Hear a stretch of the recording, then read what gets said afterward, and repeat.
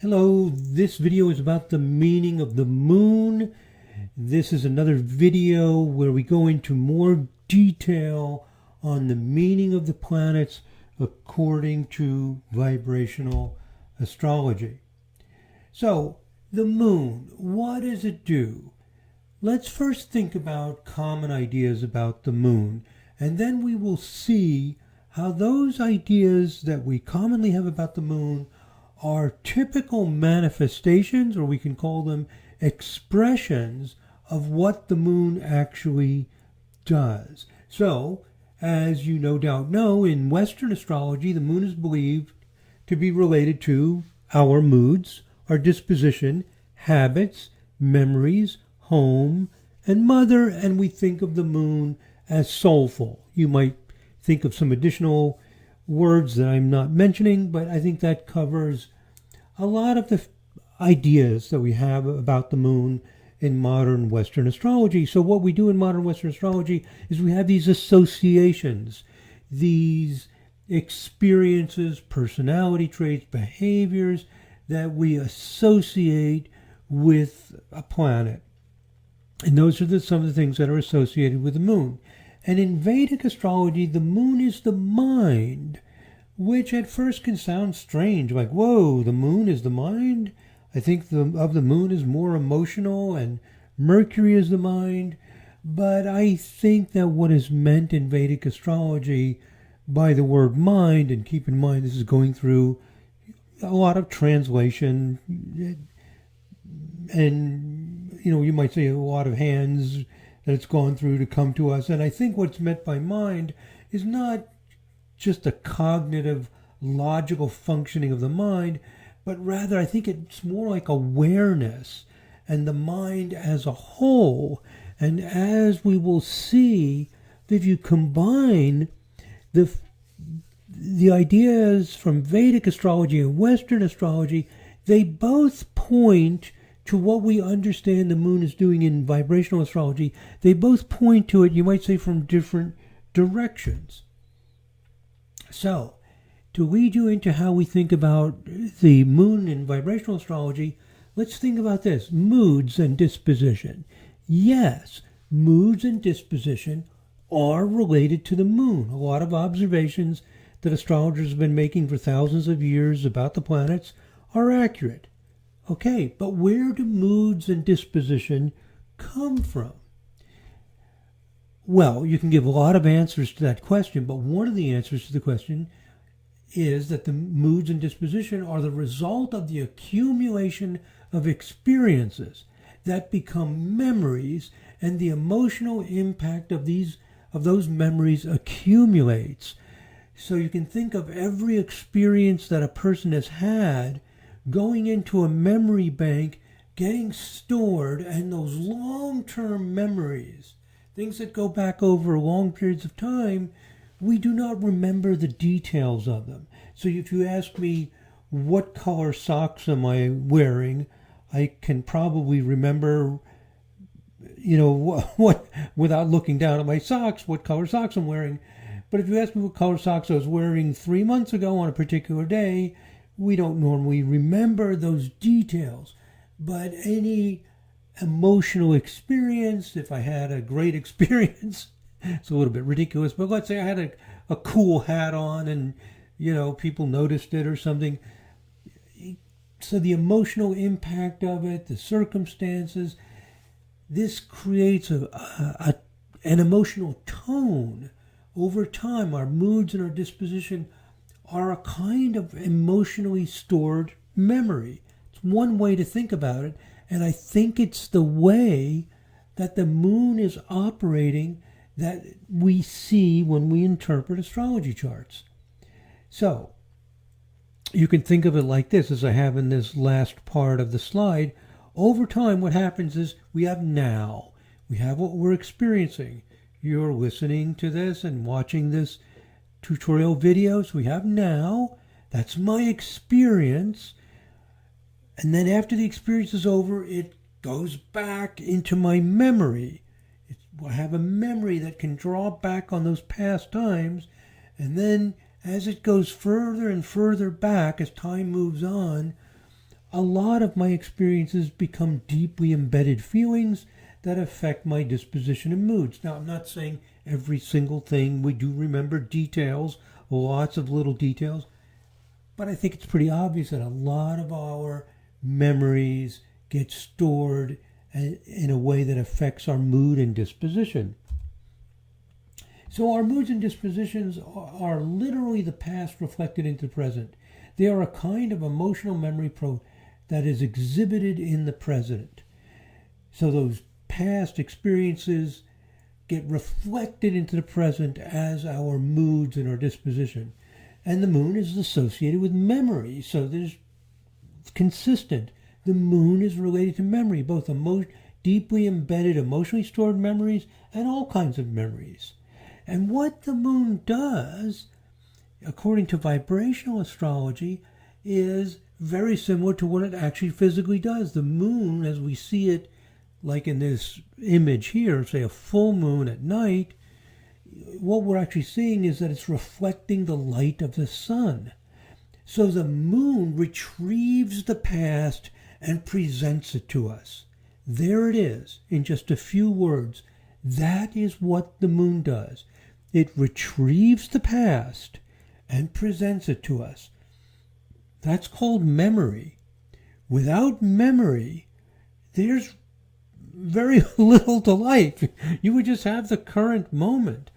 So this is the meaning of the moon. The sun and moon have such big, broad effects in our lives.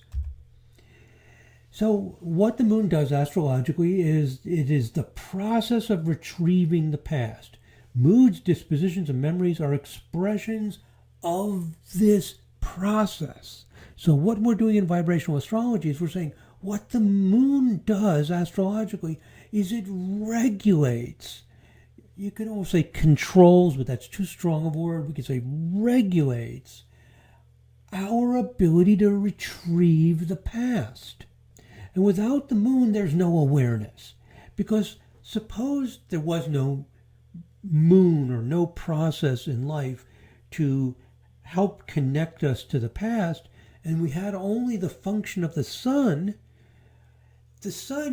seems to be active for like, say, 3 or 4 seconds, maybe 5 seconds.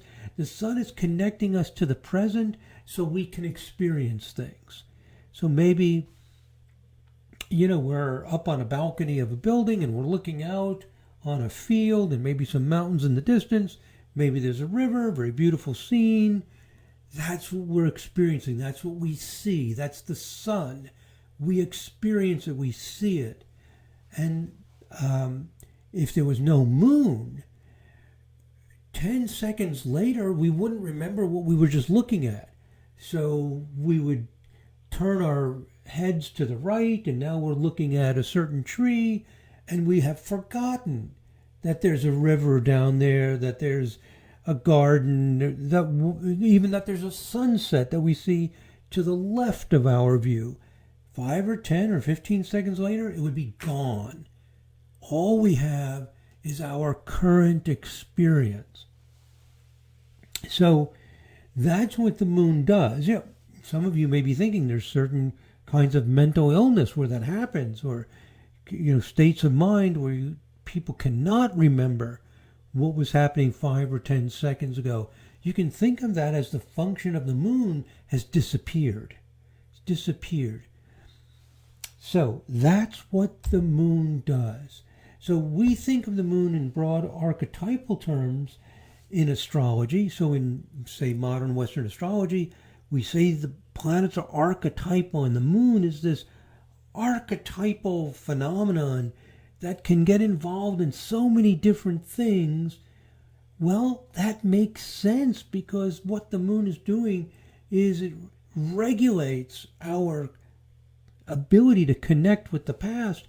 That's vast. That's huge. So many things, so many parts of our life are dependent on our ability to retrieve information from the past. So the moon has this very broad, large, you might say, responsibility, importance in the birth chart.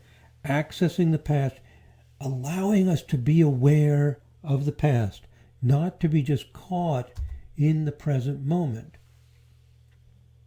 So, an interesting thing is that astrologers have almost identified the process that the moon regulates, because we associate the moon with memory, moods. The thinking has gotten so close. I think what's happened is that we're so conditioned, we're so accustomed in astrology to assume, to be, we might say almost certain, or not to allow any other alternative ways of thinking of it, that we're so certain to think about planets as what do they rule, what parts of our life do they relate to, that everything we're saying about the moon is pointing to the fact that it's connecting us to the past. So my point is that in our usual astrological thinking, it's gotten so close to articulating what we have come up with in vibrational astrology. And I think it's really just the resistance to thinking about planets in a new way. So in vibrational astrology, all of those archetypal associations and everything are symptoms. They're just expressions of what the planet actually does. The moon connects us to the past. And some astrologers, for example, Dane Rudhyar and others, they hint, they touch upon these ideas, but never fully develop and articulate it as we do in vibrational astrology. And they don't make this clear statement that this is actually what the planet does, and everything else is a symptom or expression of it. So, now, one more thing I want to say about the moon. The moon not only connects us to our personal past, it also connects us to our collective past. It sometimes, believe it or not, connects us to biology. You can think of your body, the way your body has evolved. There is some level of adaptation, of genetics that goes on in the adaptation and the changes and mutations that happen with our genes over thousands of years of our ancestry that we have inherited. We've inherited those genetic codes which have developed and modified over time, regardless of how big of a part you think that Darwinian evolution plays. Maybe it's a tiny part, maybe it's almost everything. People can debate that, but it plays some part. And even beyond that, over and above that, is just the fact that this is part of where we came from, where our bodies came from. So astrology is about the resources that are available to us. Our body is inherited. So this collective past is also ruled by the moon. And we're going to see, this in an example chart. What we're going to do, let's look at a chart of somebody who has an angular moon. Moon happens to be rising. It's astrologer Robert Zoller. And we're going to think about this in terms of the usual way we would interpret his chart and how we would interpret it using vibrational astrology, to illustrate the ideas. You can always pick a chart to, quote, prove your point, that makes your ideas look good. So that in vibrational astrology we're very interested in being objective in the way we analyze things and not letting our personal subjective impressions overpower what the actual reality is. But I'm showing this to illustrate the ideas of how in your consultations and in your chart interpretations, to illustrate how using the energy process takes you more directly and more clearly to the meaning. So first thing we're going to do on the next slide, I'm going to show you Robert Zoller, this astrologer's birth chart, and he has moon conjunct the Ascendant. If you want, you could pause the video now and think about what you think moon conjunct Ascendant means. What do you think it means? And you could, if you want, you could think about it in terms of if you use modern astrology ideas or you're familiar with them, how would you think of it that way? And how would you think of it in vibrational astrology, where we're thinking about the process? So go ahead and pause this if you want to think about that, and then you can compare what you came up with what I explain in the next slides. Okay, here we go. There is Robert Zoller's birth chart. If you're not familiar with Robert Zoller, he's famous for introducing ancient Western methods into astrology. He is one of the first people. Sometimes people talked about the three Robs: Rob Hand, Robert Zoller, and Robert Schmidt. For a second, I couldn't think of his name. The three Robs. Of course, there were many other people as well. Well, not that many. So if you go back to the 70s and 80s, astrologers really didn't know much about medieval or Hellenistic astrology. We just knew the astrology that was passed down to us from the late 1800s and early 1900s, and somewhere around the 1980s, in that range, or 1990s, astrologers started digging up the ancient traditions. Who was one of the first to do that? Robert Zoller, and he wrote a few books that have had a big impact. So, Moon conjunct the Ascendant, and it's in Pisces. Given his birth time, the orb is a little bit over 1 degree. He is an astrologer, and he's very careful about these things. We're going to, accept this as an accurate time. Moon rising with about a degree orb. In vibrational astrology, we don't want an orb bigger than about 2 degrees to be rising. We use small orbs. So let's consider his moon to be on the ascendant, close enough. What does it mean? Now, I met Robert Zoller, and, my impression was not, based on his disposition, his moods, his style, I did not get a moon rising in Pisces. Some people have Pisces, we think of this having like big watery eyes, maybe being kind of soft looking. If you think of the moon and the ascendant, this is how he's going to come across. This is his vibe. I don't think anybody really gets those vibes from Robert Zoller. Now, if you know him extremely well, and I'm not saying you're not going to feel that or it's not there in any way. I'm just saying it's not obvious. He's kind of a lean, more like a on the lean side, like a more almost like a Capricorn sort of look. So that's not obvious. Does that bother us in vibrational astrology? No, because that's not what the moon does. Now, in modern Western astrology, people will say, well, it's archetypal. It can manifest as this, it can manifest as that, it can manifest as this. It's kind of like a guessing game. Okay, well, he doesn't have a moon rising in Pisces vibe, but, he is an astrologer, and you find something that begins to make sense of it. And, he is very spiritually oriented and all this. To me, that's a pretty vague way of thinking. I could associate dozens of different things to justify that way of seeing somebody. Now, let's interpret moon conjunct the ascendant using ideas in vibrational astrology.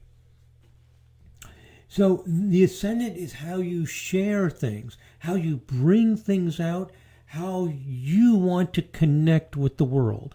Some people say the ascendant is a mask, like something that you just put on yourself and it's superficial. That's not the meaning in vibrational astrology.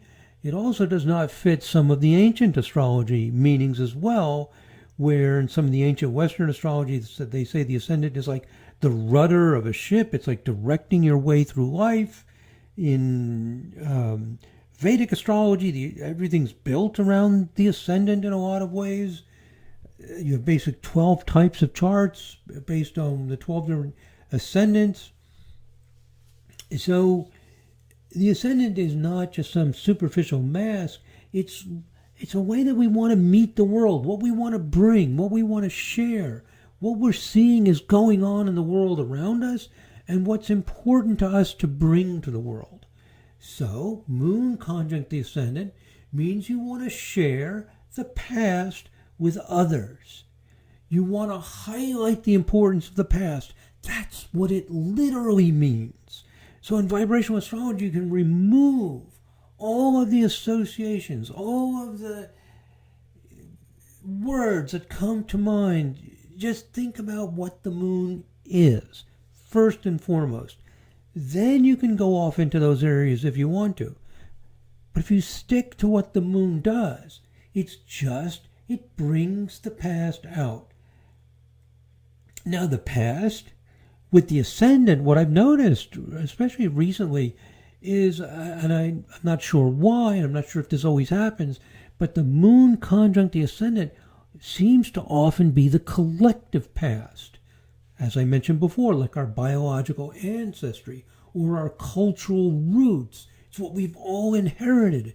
If you live in Japan, if you live in Iran, if you live in California, that's a heritage that you grew up in, that was brought to you from thousands, tens of thousands actually of years of heritage, especially many hundreds recently that built your language, your everything that you've inherited. That's the moon. So moon conjunct the ascendant often, not always, but it seems to be more often than usual, brings that collective past, that it shines a light on it, that you want to share that. Like, wow, this is what we grew up in, that we should be maybe grateful that we have this political system or these habits or lifestyle choices, that this is our past. This is what we have. Let's think about it. Let's share it. Let's celebrate it. That is what Robert Zoller's life is all about. That's what he's famous for. That's what he did. What did he do? He went back in time and he said, hey, you guys are not looking at this. This is where we come from. This is where we got these ideas. Let's go back and look at that. And when we look at it, we can see that there's a beautiful, rich tradition that let's engage with it. And he wrote books and he taught and he shared this with the world. It's what his life is. And this is one of the things that I love about vibrational astrology, as I have here on the slide. This is not a subtle psychological phenomenon. You do not need to try to make it fit with a lot of different archetypal expressions. And also, by the way, this confirms that his birth time is probably fairly accurate. He's probably born at 8:59 a.m., maybe 1 or 2 minutes earlier, at probably almost certainly not later, because that moon on the ascendant is so obvious. That's what his life is. And this is one of the shocking things that happens when you do vibrational astrology chart readings, is you tell the person this is what the chart's about, and that's their life. It's their life if they're, you might say, in tune, if they're connected with this purpose, with this higher functioning purpose, which is what the chart is telling us. If they're in tune with that, this is what's important, this is what's meaningful, this is what they're doing. And obviously, Robert Zoller made some important contributions. He had a meaningful connection. And so that's what you're seeing in the astrology. The astrology is not going to tell you, well, is Robert Zoller right? Is this good? It's telling you that it was meaningful, that it was important, that he was engaged, and that he was developing in a constructive way. That's all that we get from the astrology. If you can do that, life is good. And that's what he was doing. Life was good for him. So, that's the moon conjunct the ascendant. Literally, his life.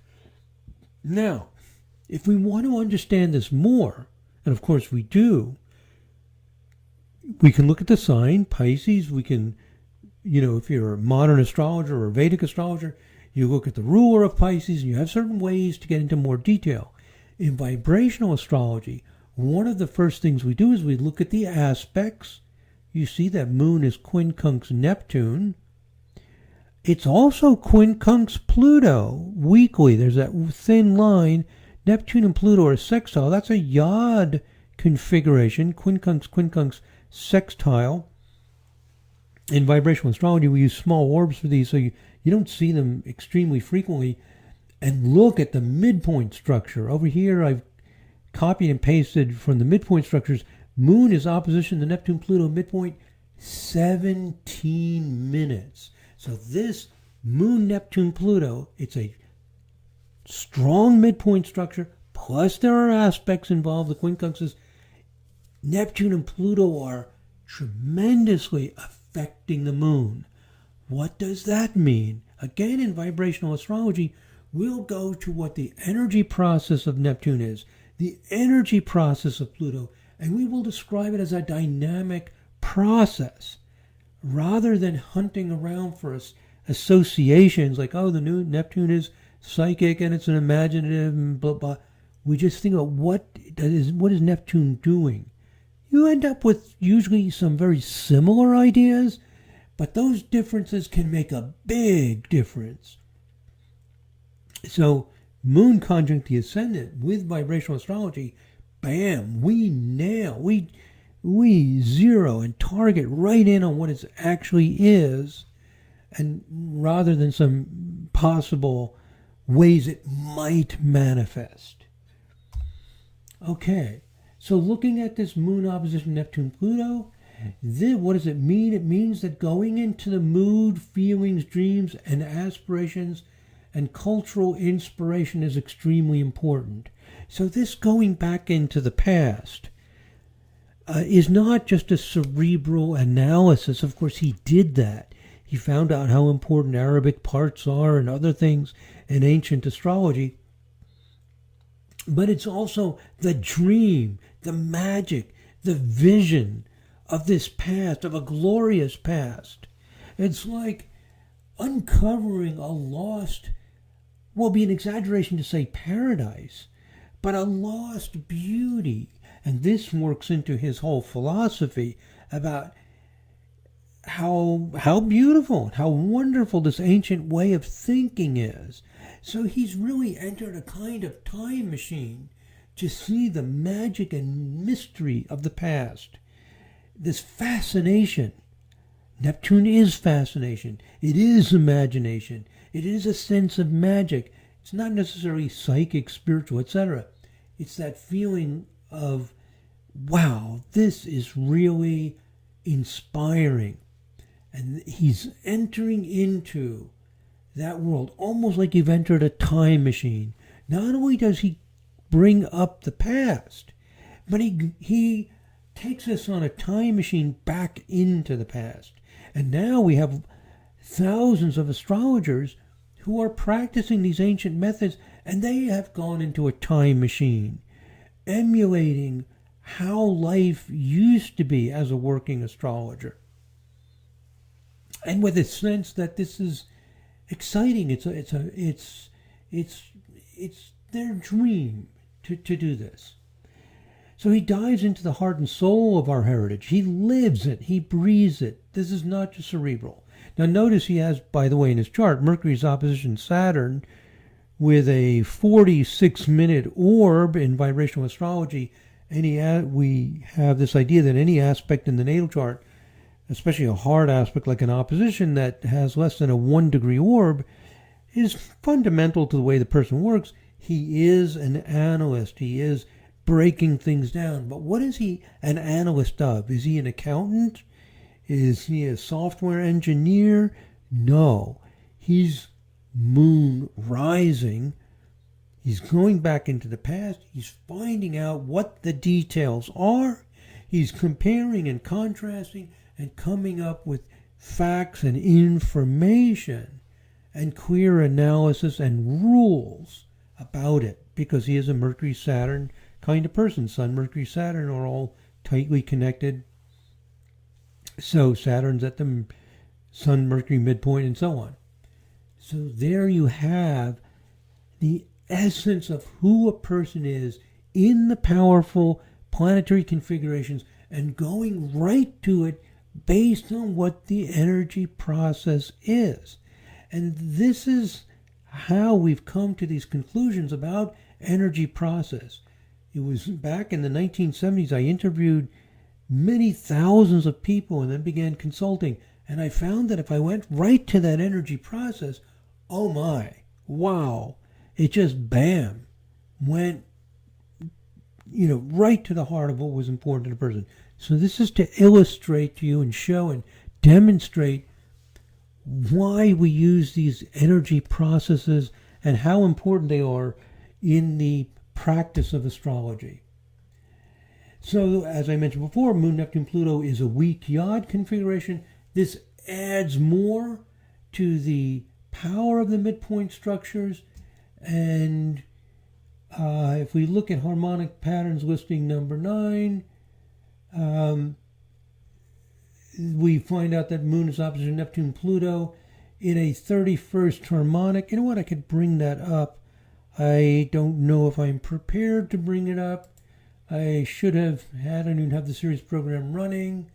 Let's, I'll do this very quickly. Let me shrink this program. Sorry about the very slight delay, but this will only take a second. Oh, here he is.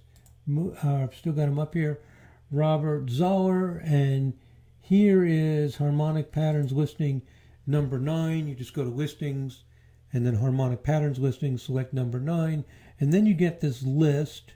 Let me zoom this in with this zoom icon right there so it's not wrapping around. And then we see this. I'm highlighting it. Moon opposition Neptune Pluto in 31 vibration is with a 13 degrees 44 minute orb, which is not extremely strong. It's rather weak, but it's picking up a little bit of 31 vibration.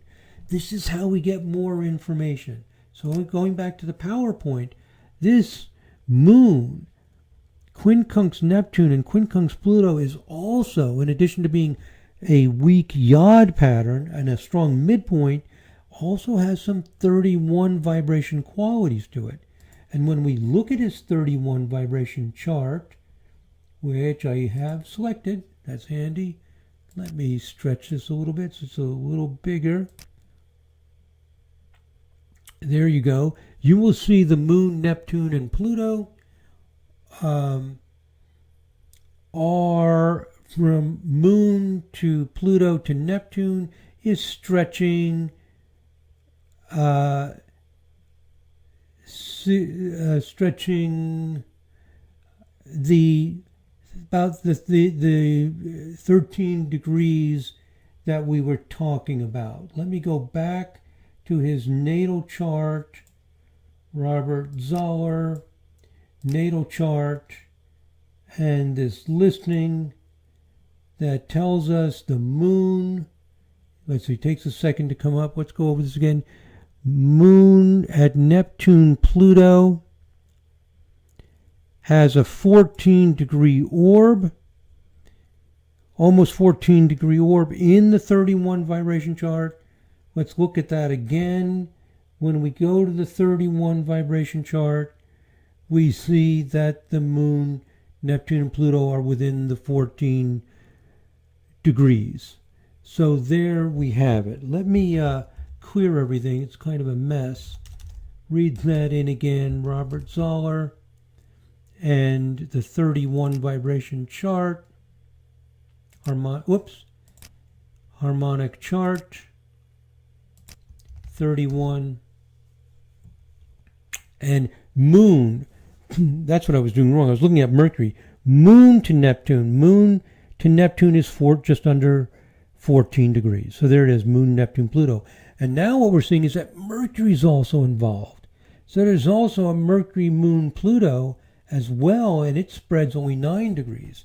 So there are actually 4 planets spreading about 17 degrees. So a 4th planet is involved in this as well. If we look at the midpoint structures in this chart, we will see, let's see if Moon is at Mercury, Pluto, 58 minutes. And I believe that's the only one. And Pluto is at Mercury, Neptune, 41 minutes. There are two midpoint structures. I'll pull up a pop-up wheel. And what you see here is that the moon is in between Mercury and Pluto with under a 1-degree orb. And Pluto is in between, in other words, at the midpoint of Mercury and Neptune. So that's a pyramid pattern. Pluto's in between Mercury and Neptune. I should say, more better terminology. Pluto is at the midpoint of Mercury and Neptune, and Moon is at the midpoint of Mercury Pluto. Both of those under a 1-degree orb. We actually not only have Moon at Neptune Pluto in 31 vibe, we have a Moon Mercury Neptune Pluto, a 4-planet configuration. 2 of those planets are also trine Uranus. This is major. This is having a big impact on his moon, which is conjunct the Ascendant. It's going to tell us more about what this means. So this 31 vibration tone, which brings in Mercury, let's go to the next slide, is actually a 4-planet stellium with the 2 midpoint structures. What does 31 mean? Whoops, I just banged something. 31 means awe and wonder. So Zoller stands in awe and does not need to oversimplify these mysteries. Wow, if you know Robert Zoller's writings, this is so clear because he explains the planetary, these planetary configurations, midpoints and so on. Not midpoints, Arabic parts and all these other details. But he tells you the philosophy and this mystery and depth, and that we're not going to reduce it all down to simple formulas, that there's a mystery, a wonder, a depth to this ancient heritage, and the depth of its wisdom and the deep philosophy. So he shows us a system so we can appreciate the depth and the mystery. And you can feel the plutonic nature of this. He's driven by this overpowering, kind of my obsession's a little bit strong, but overtaken with this feeling of diving into the past, looking at this wonder and bringing it up. So what happens in vibrational astrology? We interpret the planets as a process. We find out what the vibrations are, what's going on, and it dives right into the details of the person's actual life. I mean, this is so exciting because you can feel the nature of the person, what's driving them and what's important. Okay, so I've got some notes here. There's just mentioning these 4 planets. Okay, and I've covered all of that. There you go. We have Robert Zoller, and we understand him better by looking at the planets as regulating a process and what that process is. And there are a lot of details. Like the moon often is more of a collective past. Not everything is me, me, me, me, me. What happened when I was little? What am I overcoming? It's a connection in this case to the past, the collective past. So VA brings out the details of a person's actual behavior. It describes more precisely what the motivations are that lead to the behaviors. These ideas are confirmed by quantitative research studies as well, such as the research on bipolar disorder. I talk about that a lot because I'm making this video in December 2021, and next month we're coming out a book on the bipolar disorder research. The usual astrological ideas are true. They're picking up things, but it looks at the chart from a level of possible symptoms, and it tends to miss more fundamental facts and details. Okay, do we have any more? No, that's it. So there you go, my friends. That is the moon, and with an illustration of how it works in somebody's chart. Thank you very much for watching this. God bless. Namaste.